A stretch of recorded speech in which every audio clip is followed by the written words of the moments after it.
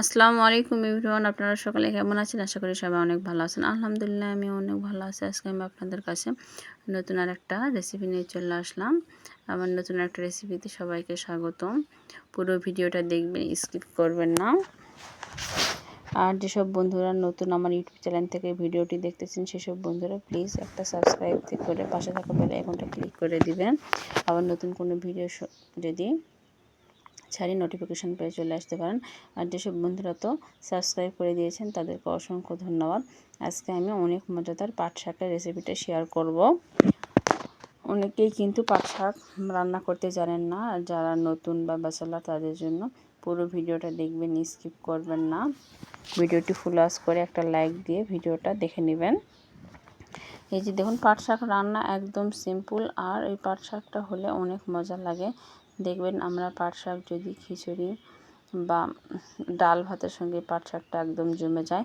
প্রথমে এখানে আমি 1 কেজি শাক সুন্দর করে বেছে পরিষ্কার করে ধুয়ে নিয়েছি। পাট শাক রান্না করার জন্য আমি পেঁয়াজ কুচি আর রসুন থেতো করে নিয়েছি। রসুন থেতোটা শাকের মধ্যে দিলে শাকের সুন্দর ঘ্রাণ হয়। আর এই পাট শাকটা রান্না করবো আমি সরিষার তেল দিয়ে। কড়াইয়ে প্রথমে খাঁটি সরিষার তেল দিয়ে দিলাম, দিয়ে এখানে পেঁয়াজ ও রসুন থেতো দিলাম। আপনারা রসুন কুচি করেও দিতে পারেন। এটা করে দেশি রসুন, একদম গাছের নতুন রসুন দেখে আমি এটা একটু থেতো করে নিয়েছি। আর শাকের মধ্যে কুচি করার চেয়ে থেতো করে দিলে বেশি ভালো লাগে। এই যে দেখুন, আমি পেঁয়াজগুলো সুন্দর করে ভেজে নিলাম। ভেজে নিয়ে এখানে আমি শাকটা দিয়ে দিলাম। আর পাট শাক রান্না করতে এমন বেশ কিছু লাগে না, শুধু একটু লবণ দিয়ে নিই, অন্য কোনো এক্সট্রা মশলা টশলা লাগে না। এই যে দেখুন, শাকগুলো দেওয়ার পরে আমি একটু লবণ দিয়ে দেবো। লবণ দিলে শাকটা একদম ঝামলে যাবে। আর আমি শাকটা এক্সট্রা ভাপও দেবো না, শাক এক্সট্রা ভাপ দিলে শাকের ভিটামিনটা চলে যাবে। আর পাট শাকটা ডাইরেক্ট রান্না করলে টেস্টটা ভালো থাকে, এটা ভাপ দিলে এটার টেস্টটা একদম আমার কাছে মনে হয় অত ভালো থাকে না। এই যে দেখুন, একদম গাছের তোলা টাটকা শাক। এই শাকটা আমি রান্না করতেছি। এখানে কোনো এক্সট্রা পানিও দিব না, এর মধ্যে থেকে পানি যেটা বেরোবে এটার মধ্যে শাকগুলো সুন্দরভাবে সেদ্ধ হয়ে যাবে। এই যে দেখুন, আমার শাকটা আমি এভাবে ঝাড়া ঝাড়া দিয়ে দিতেছি। আপনারাও শাকটা ভাজার সময় দেখবেন এভাবে একটু ঝাড়ে ঝাড়ে নেবেন। এভাবে আমি লবণ দিয়ে ঢাকে দেবো। ঢাকে দেওয়ার পরে শাকের থেকে অনেকটা পানি বেরোবে। দেখুন, এই যে পানির থেকে একদম শাকটা সেদ্ধ হয়ে গেছে। এখন আমি খুব সহজে শাকটা রান্না করে নিব। এরকম শাক যদি ভেজে আমরা ডালের সঙ্গে, এই পাট শাকটা ডাল এবং খিচুড়ির সঙ্গে একদম জমে যায়। আর আমার অনেক একটা পছন্দের খাবার। আর আপনাদের কার কেমন লাগে এই শাকটা সেটাও কমেন্ট বক্সে বলে যাবেন।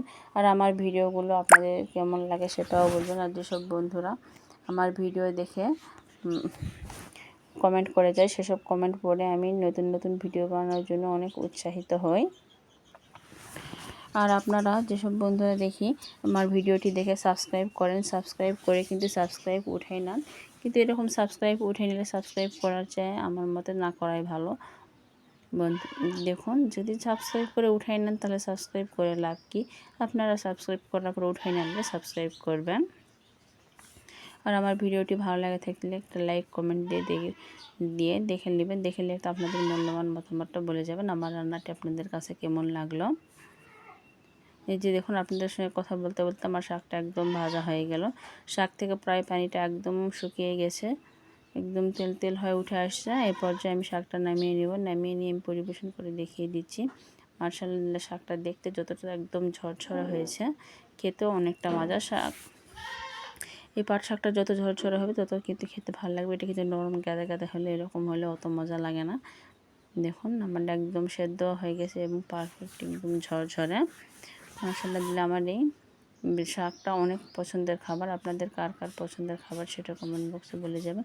আর আমার ভিডিওটি আপনাদের কাছে কেমন লাগলো সেটাও বলবেন।